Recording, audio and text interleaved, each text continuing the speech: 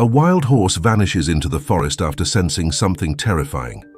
Days later, it returns alone, covered in markings no one can explain until the child starts to draw. The first sign that something was about to change came with the muffled sound of trees swaying in the windless dawn. In the community of Pine Creek Valley, nestled in the foothills of the Blue Ridge Mountains, this non-existent breeze awakened the oldest residents with an unease difficult to explain. Lily woke with a start, her small bare feet touching the cold floor of the wooden house.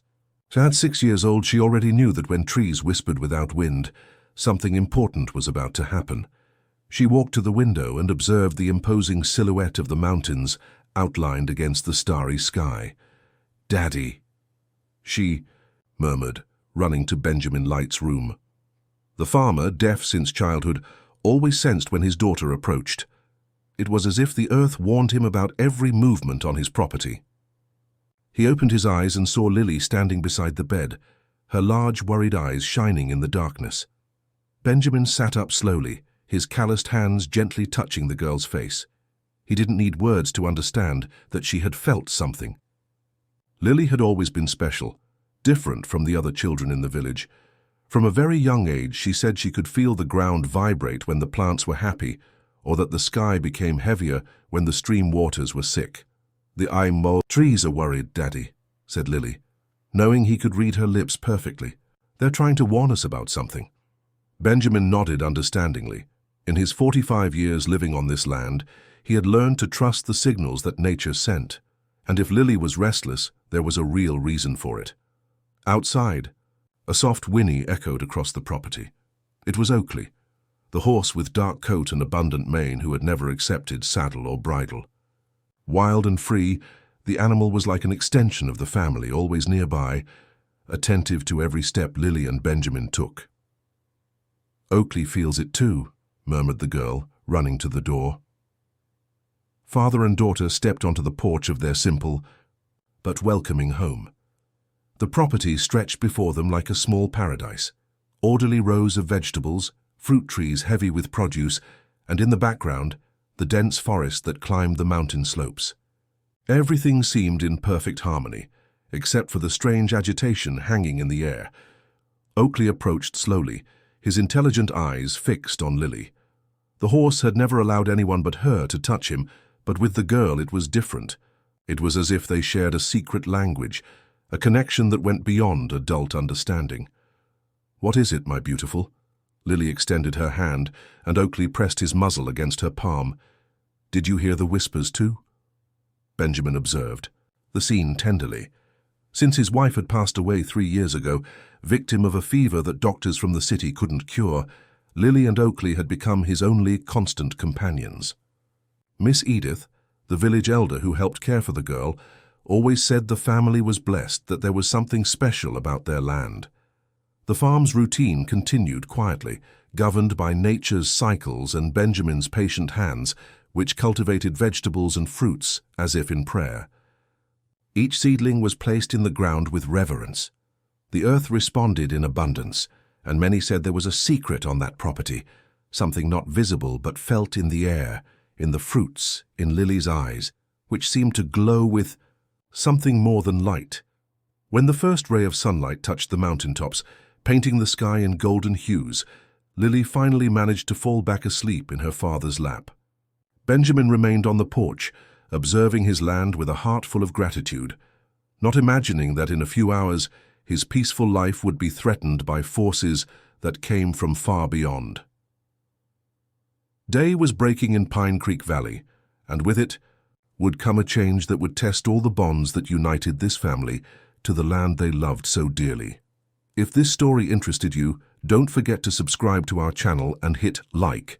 Tell us what city you're watching from, and we'll continue. It was on an ordinary morning, when dew still dripped from the leaves, that a black pickup truck crossed the dirt road and stopped in front of the old wooden gate. The sound of the powerful engine echoed across the silent property, making Oakley raise his head alertly, and Lily stop picking tomatoes to observe the unfamiliar vehicle. From inside emerged a man in a light suit with an advertising smile. Vincent Matthews adjusted his tie and walked confidently toward the house, his Italian leather shoes contrasting with the red earth of the path. He carried a leather briefcase and the air of someone accustomed to getting everything he wanted. "Good morning," he called, waving enthusiastically. "I'm looking for Mr. Benjamin Light." Lily ran inside the house where she found her father organizing, seeds on the kitchen table. She gestured quickly, pointing outside and imitating the elegant man who was approaching. Benjamin frowned, intrigued. They rarely received visitors, especially people who clearly weren't from the region. When he opened the door, Vincent had already rehearsed his best smile. He extended his hand to greet the farmer, speaking slowly and gesturing exaggeratedly, as many did when addressing deaf people. "Mr. Light, it's a pleasure to meet you. My name is Vincent Matthews. I'm a businessman from the city." Benjamin accepted the greeting politely, but maintained a serious expression. Lily appeared behind her father, curious but cautious. There was something in the gleam of this man's eyes that she didn't like. "May I come in? I have a proposal that could change your life." Vincent gestured broadly, pointing to the surrounding landscape. "What a spectacular view! What a magnificent property!" Benjamin hesitated for a moment, but his rural courtesy spoke louder. He made an inviting gesture, and the three sat on the porch. Lily remained close to her father, translating the visitor's words into sign language. Vincent opened his briefcase and began spreading papers, maps, and photos printed on glossy paper across the rustic wooden table. "Mr. Light, I came here because I'm a visionary," he began, his eyes shining with calculated enthusiasm. "I see potential where others only see wilderness, and your property, my friend, is a hidden gem." The businessman pointed to the mountains in the background, gesturing dramatically. "Just imagine an international standard eco-resort right here in the Blue Ridge Mountains. Luxury cabins, holistic spa, nature trails, gourmet restaurant. Tourists from all over the world would come here." Lily translated quickly for her father, who listened with growing distrust. Oakley approached the porch, as if he too wanted to hear the conversation, his eyes fixed on the stranger. "The region has been forgotten for decades, hasn't it?" Vincent continued, changing his tone to a more intimate one. "Few resources, precarious road, young people leaving. But I can change that. My project will bring development, jobs, progress." He pulled out a sheet with impressive numbers. "I'm talking about a $50 million investment. The entire village would benefit. And for you, my friend," he paused. "Dramatically, I'm prepared to offer $5 million for your property." The silence that followed was broken only by bird song and the distant sound of the creek. Lily observed her father's face, watching the confused expression transform into something harder. Benjamin rose slowly and gestured to Lily, who translated his words with a firm voice. "My father says he appreciates the offer, but our land is not for sale." Vincent laughed as if expecting this response. I understand.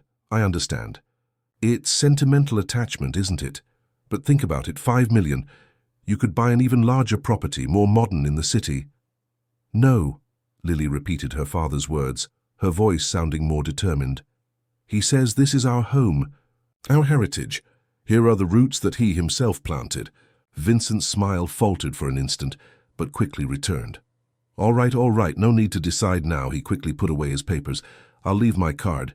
Think about the proposal, talk with your family, with your neighbors. I'm sure you'll change your mind." He stood up and handed a golden business card to Benjamin, who accepted it only out of politeness. "I'll return in a few days for a definitive answer," he said, walking toward the pickup truck. "Oh, and don't worry about the bureaucratic details. I have the best lawyers in the city working with me."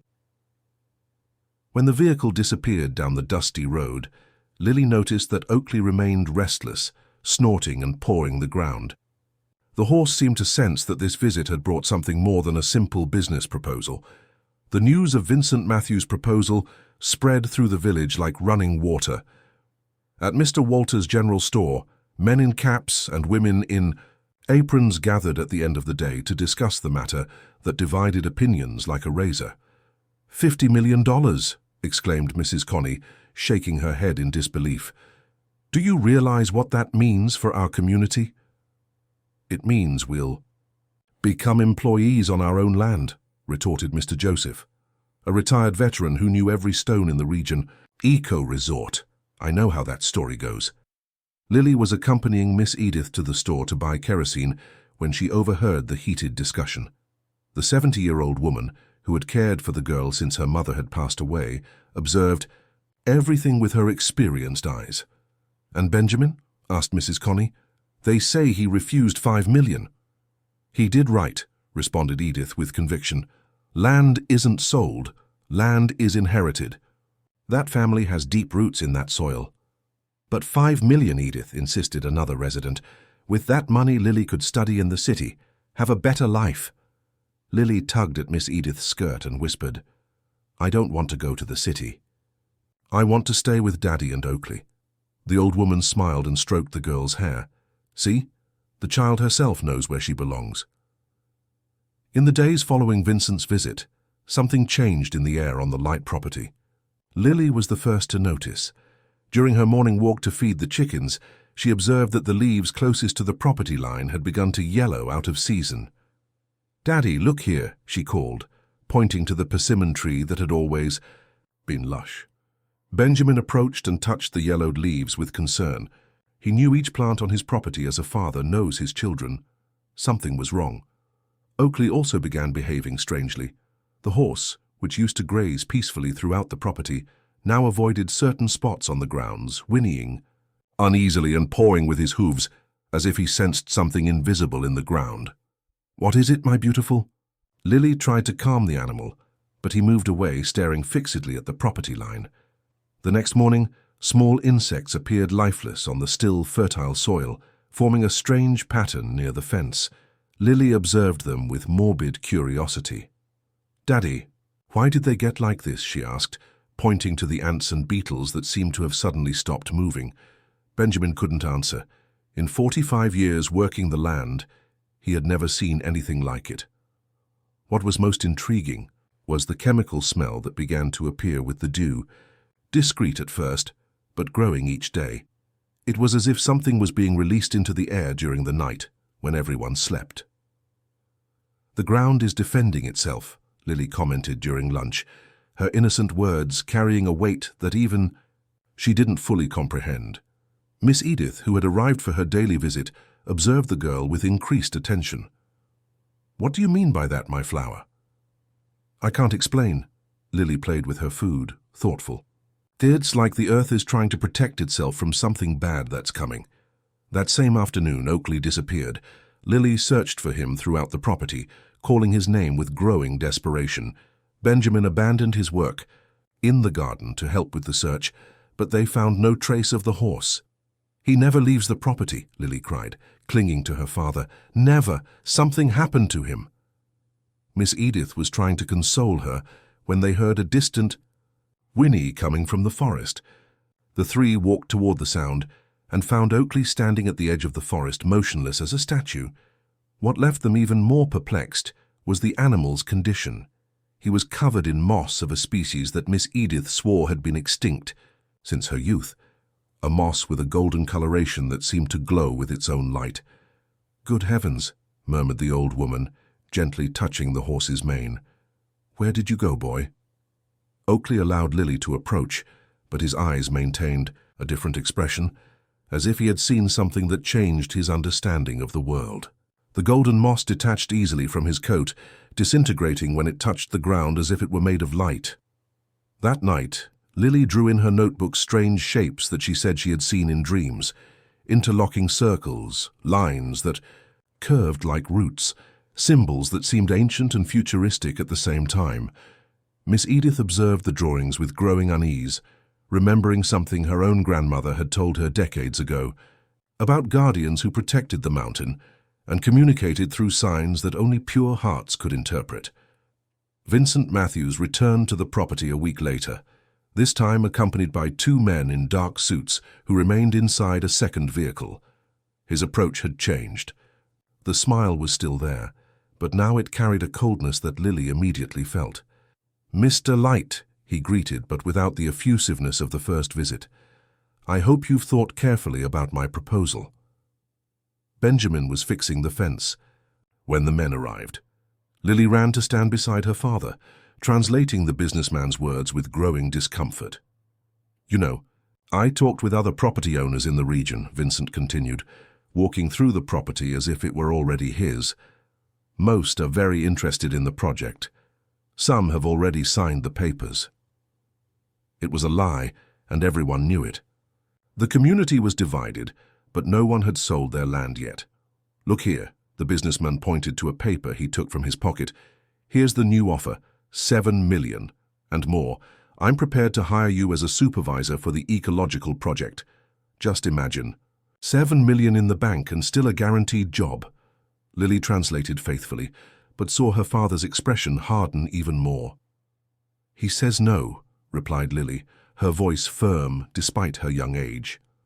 Vincent sighed theatrically. You don't understand. The opportunity you're missing. This train only passes once. His voice began to sound more threatening. And look, it's not just a matter of money. Sometimes things get complicated for those who don't get on board with progress. Benjamin didn't need the translation to understand the tone of threat. He rose slowly, his imposing height making Vincent take a step back. I think you'd better reconsider, said the businessman, regaining his composure. I'll return tomorrow for the final answer, and I hope it's the right answer. When the cars departed, Oakley emerged from the forest, whinnying loudly, as if alerting to some danger. Lily ran to him and noticed that the horse was trembling, his eyes fixed in the direction where the men had disappeared. That night, Lily had the most vivid dream of her entire life. She saw gigantic roots moving beneath the earth, forming a network that connected the entire mountain. At the center of this network, a golden light pulsed like a heart, and a voice without sound told her, "The Guardian must go to meet the ancients." She woke with a start and ran to her father's room, but the bed was empty. "Daddy!" she called, moving through the house. "Daddy, where are you?" The front door was open, swinging gently in the dawn breeze. Lily stepped onto the porch and saw fresh footprints leading toward the forest. Without hesitation, she put on her boots and followed the trail. The footprints led to a trail she knew well, but had never traveled alone during the night. The forest was strangely silent, as if all the animals were in hiding. Only the sound of her own footsteps echoed among the trees.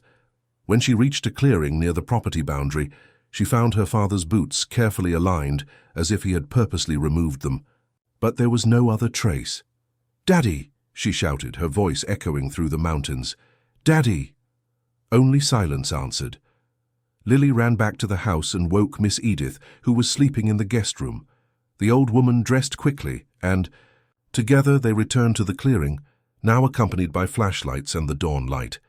"He wouldn't run away," insisted Lily, crying. "He would never leave me alone. Something happened to him." Miss Edith examined the location carefully. The boots were there, but there were no signs of struggle, no tracks of other men.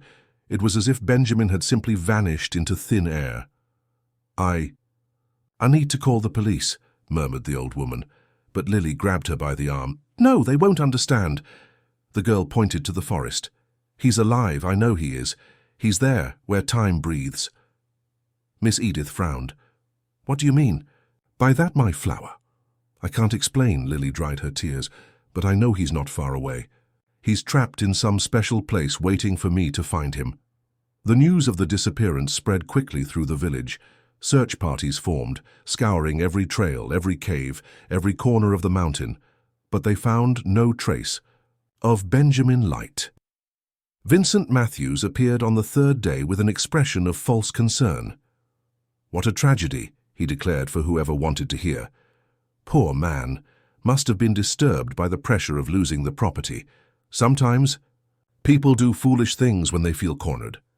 Lily heard these words and felt a rage she had never experienced before.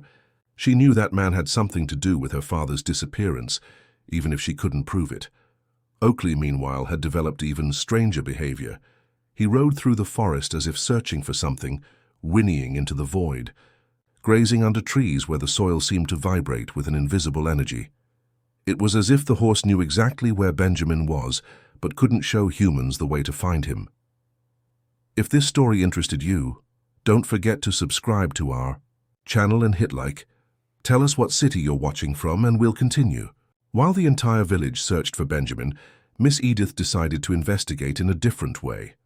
In her simple house, she kept an old wooden chest that had belonged to her grandmother, a respected healer who knew all the secrets of the mountain. "Lily, come here, my flower," called the old woman, opening the chest carefully. "I need to show you something." The girl approached, her eyes still swollen from crying so much. Inside the chest were dried herbs, crystals, embroidered cloths, and at the bottom, a leather journal worn by time. "My grandmother always said that one day someone special would need this information." Miss Edith opened the journal reverently. "And now I know that person is you." The yellowed pages contained hand-drawn sketches, strange symbols that looked very much like those that Lily drew after her dreams. The girl's eyes widened, immediately recognizing the patterns. "I know these symbols," she exclaimed, grabbing her own notebook. "Look, they're the same as mine." Miss Edith compared the drawings and felt a shiver run down her spine. The similarity was impressive. "My grandmother wrote about guardian entities of the mountain," she read aloud, adjusting her glasses. "Beings that communicate with those of pure heart and attentive ears, not the ears of hearing, but those of feeling." Lily listened attentively, remembering how her father, even being deaf, always seemed to hear the messages from the earth. "Here it says that when the mountain is in danger," Miss Edith continued reading, "the guardians choose a protector among humans, someone who can cross the veil between worlds and speak with the ancients." "Daddy was chosen?" asked Lily, her voice filled with hope. "Could be, my flower, but it could have been you too." At that moment, Oakley appeared at the window, snorting softly. It was as if the horse also wanted to participate in the conversation. Lily stood up and went to him. "You know where Daddy is, don't you?" she murmured, caressing the animal's muzzle. "You can see him, but you can't show us." Oakley whinnied softly and moved away toward the forest. Lily looked at Miss Edith with determination. "He wants me to follow him." "No, child, it's too dangerous." Miss Edith stood up, alarmed. "But it's the only way to find Daddy," Lily insisted. "Doesn't the journal talk about following the signs?" "That the guardians send." The old woman reread the page and sighed. There really was a passage about that. "When common paths close, only those who trust in ancestral guides can find what is hidden," she quoted. "But Lily, you're just a child." "I'm a child who talks with horses and draws ancient symbols," Lily responded with a wisdom that surprised Miss Edith herself. "If the guardians chose me, then I need to trust that." Meanwhile, in the village, Vincent Matthews had begun to act as if the light property was already his. He appeared with a group of men and began taking measurements around the farm, claiming he had legal authorization. With the disappearance of the owner, he explained to the curious who gathered, "The legal situation has changed. I have documents that give me temporary possession rights to preserve the property." Mr. Joseph, who was present, shook his head indignantly. "This isn't right, Vincent. Benjamin has a daughter. The property is hers by right. A 6-year-old child cannot be her legal owner." Vincent smiled coldly. "And without an identified legal guardian, it falls to the state to make the necessary decisions." They began to open a road around the forest, ignoring environmental boundaries and directly affecting the ecosystem's balance. Nearby springs began to dry up. Animals began to disappear, and the air, once fresh and pure, became heavier. Lily felt these changes in her body as physical pains. Each tree cut down was like a cut to her heart. Each animal that fled was like a part of her soul saying goodbye. "The machines are hurting the earth," she said to Miss Edith, pointing outside. "I can feel the mountain crying." Miss Edith observed, the girl with growing understanding. Lily really was special, more than she had imagined. Perhaps she truly was the guardian's chosen one. "All right," she finally said. "We'll follow Oakley, but carefully and only during the day." Lily smiled. For the first time since her father's disappearance, "He'll lead us to Daddy, I'm sure of it." That afternoon, they prepared a small backpack with water, fruits, and flashlights. Miss Edith took her grandmother's journal and some of the crystals from the chest. Lily wore her sturdiest boots and put the notebook with her drawings in her pocket. Oakley waited patiently at the edge of the forest, as if he knew he would finally be understood. When Lily approached, The horse began to walk slowly along a trail that even Miss Edith didn't know, a trail that seemed to appear as they advanced. "Where could he be taking us?" murmured the old woman. "To the place where time breathes," replied Lily, not knowing exactly what these words meant, but feeling they were true. Oakley led them along trails that seemed to form as they advanced, paths that even Miss Edith, with her 70 years of life in the region, had never known. The horse moved with purpose, occasionally stopping to sniff the air or whinny softly, as if following invisible instructions. "What is this place?" murmured Miss Edith, observing trees of species she didn't recognize, flowers of impossible colors, and stones that seemed to pulse with their own life. Lily walked in silence, her small feet stepping, reverently on the ground covered with golden leaves that crackled melodiously with each step. She felt she was entering a different world, where the laws of nature functioned more intensely and harmoniously. After 2 hours of walking, they reached a circular clearing surrounded by ancient stones. In the center was a depression in the soil covered with golden moss, identical to what they had found on Oakley days earlier. "It's here," said Lily with absolute certainty. "Daddy is here below." Miss Edith looked around, intrigued. The clearing emanated a palpable energy, a low hum that seemed to come from the very core of the earth. "How do you know, my flower?" Lily knelt and placed her hands on the golden moss. Immediately, a vibration ran through her body and she felt something like a deep call coming from below. "I can hear him," she whispered. "He's calling my name." Oakley positioned himself beside the girl and began to tap his hooves on the ground, in a specific rhythm. With each tap, the moss glowed more intensely and the hum became more audible. Miss Edith opened her grandmother's journal and frantically searched for information about sacred places.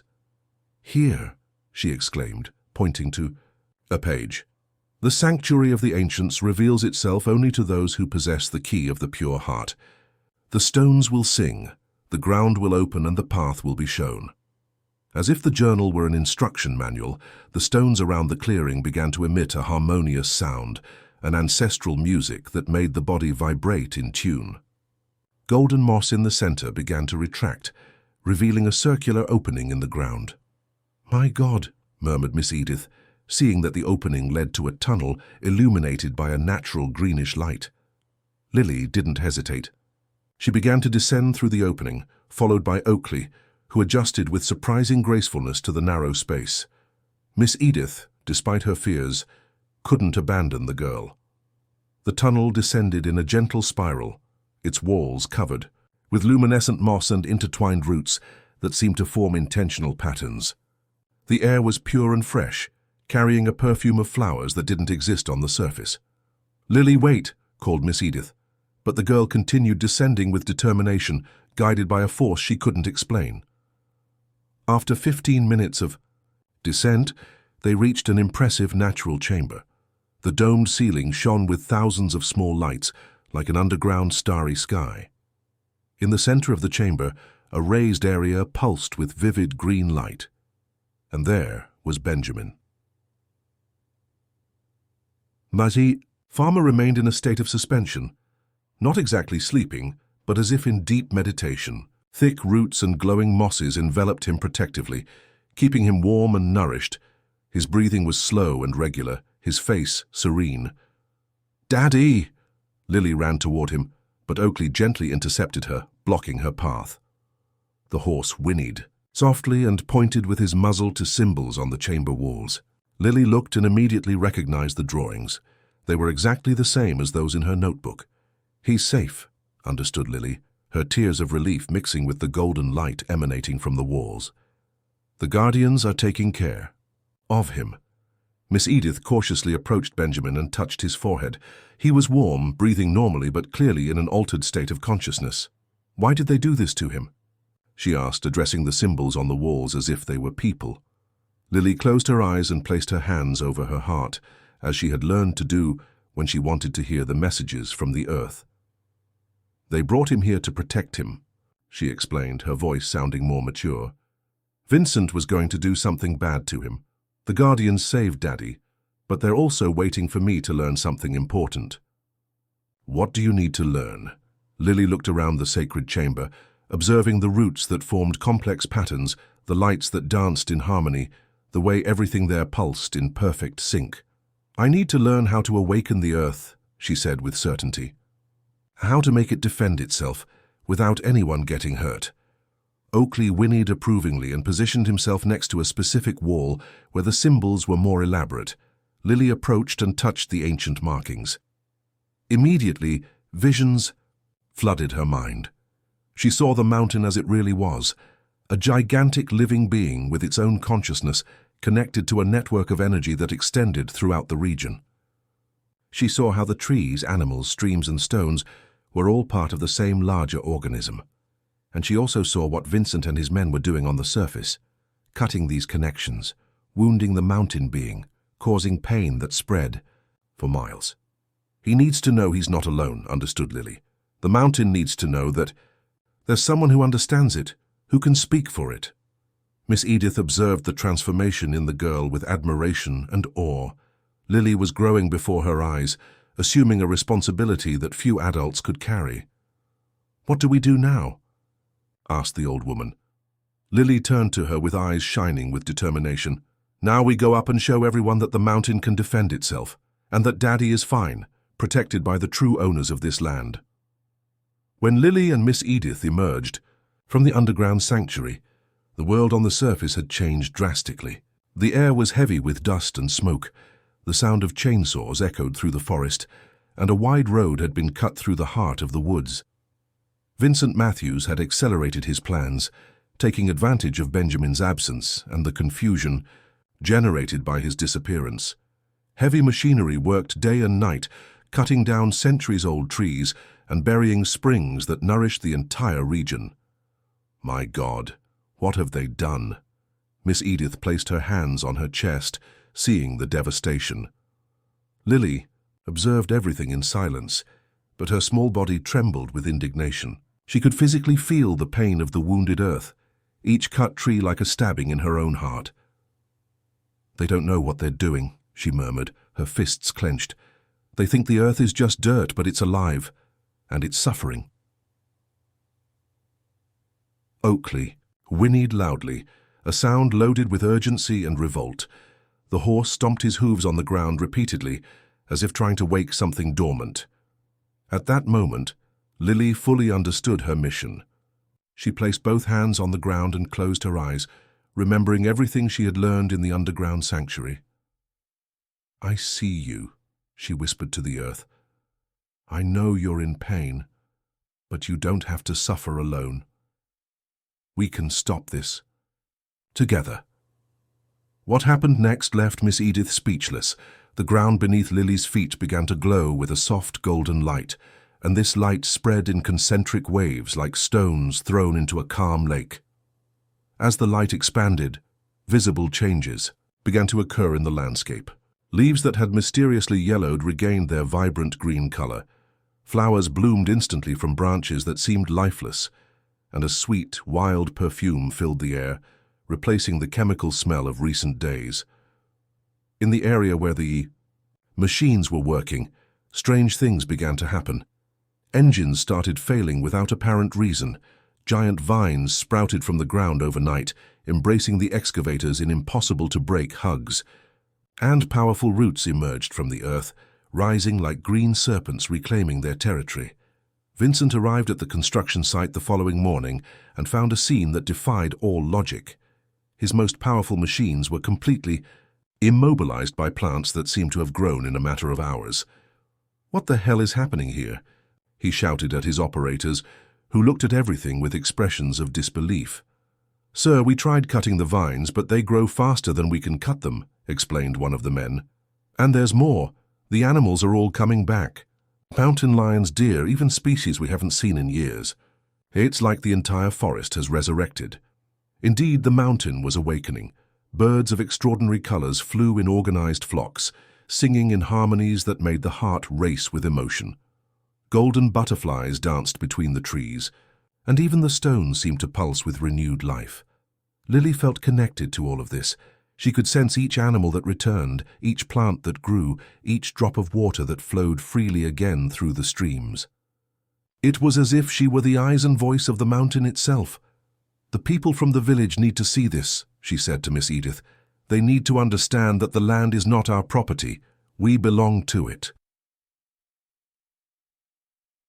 When they reached the village, they found a crowd gathered in the central square. News of the strange phenomena had spread quickly, and everyone wanted answers. Vincent was there, gesturing nervously, while trying to convince the residents that everything had a scientific explanation. "They're just coincidences," he insisted. "Normal natural phenomena that you don't understand due to lack of education." But his words sounded hollow in the face of what everyone was seeing with their own eyes. The vegetation around the village had transformed overnight. More vivid colors, more intense perfumes, a vitality that no one remembered experiencing before. Lily approached the center of the square, with Oakley walking proudly beside her and Miss Edith accompanying her like a protective guardian. "My father is alive," she announced with a clear and firm voice. "He's safe, protected by the true guardians of this land." A murmur ran through the crowd. Vincent tried to interrupt her, but Mr. Joseph silenced him with a severe gesture. "Let the girl speak." Lily took a deep breath and continued. "The mountain is a living being. It feels pain when it's hurt, becomes happy when it's respected. That's why it took my father to a safe place and is defending itself from the machines that want to harm it."